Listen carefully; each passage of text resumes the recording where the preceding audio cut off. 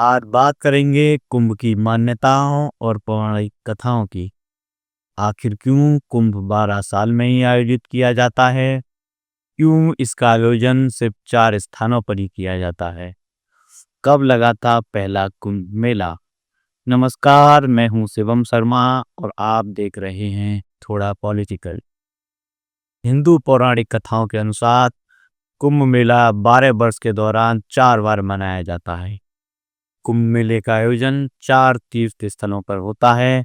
उत्तराखंड के हरिद्वार में गंगा नदी के तट पर, मध्य प्रदेश के उज्जैन में शिप्रा नदी के तट पर, महाराष्ट्र के नासिक में गोदावरी नदी के तट पर, उत्तर प्रदेश के प्रयागराज में गंगा, यमुना और सरस्वती 3 नदियों के संगम तट पर यह आयोजित होता है।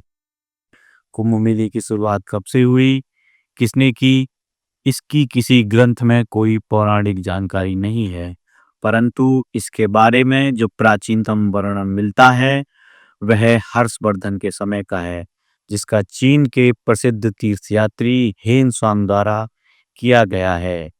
पौराणिक कथाओं के अनुसार ऐसा माना जाता है कि शंकराचार्य ने इसकी शुरुआत की थी और कुछ कथाओं के अनुसार कुंभ की शुरुआत समुद्र मंथन से ही हो गई थी।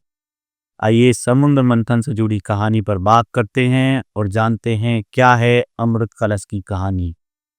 ऐसा कहा जाता है कि महर्षि दुर्वासा के श्राप के कारण जब इंद्र और देवता कमजोर पड़ गए, तब राक्षसों ने देवताओं पर आक्रमण करके उन्हें परास्त कर दिया था।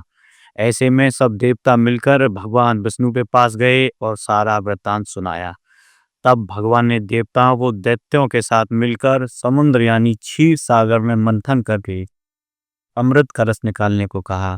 ये दूधा सागर ब्रह्मांड के आकाशीय क्षेत्र में स्थित है। सारे देवता भगवान विष्णु के कहने पर दैत्यों से संधि करके अमृत कलश निकालने के प्रयास में लग गए।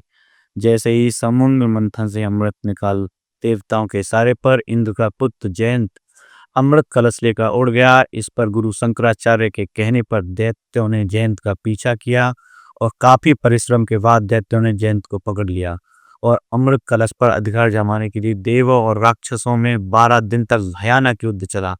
ऐसा कहा जाता है इस युद्ध के दौरान पृथ्वी के 4 स्थानों पर अमृत कलश की कुछ बूंदें गिरी थी, जिसमें पहली बूंद प्रयाग में, दूसरी हरिद्वार में, तीसरी उज्जैन और चौथी नासिक में गिरी थी। इसीलिए इन्हीं 4 जगहों पर कुंभ मेले का आयोजन किया जाता है। यहीं आपको बता दें कि देवताओं के 12 दिन पृथ्वी के 12 साल के बराबर होते हैं। इसीलिए 12 साल के बाद महाकुंभ का आयोजन किया जाता रहा है। ऐसी ही तमाम कहानी, कथा और समाचारों के लिए देखते रहिए हमारा चैनल थोड़ा पॉलिटिकल। लाइक, शेयर और सब्सक्राइब करना ना भूलें। लाते रहेंगे हम आगे अनेक कथाएं, राजनीति, धर्म, संस्कृति और समाज से जुड़ी हुई। धन्यवाद।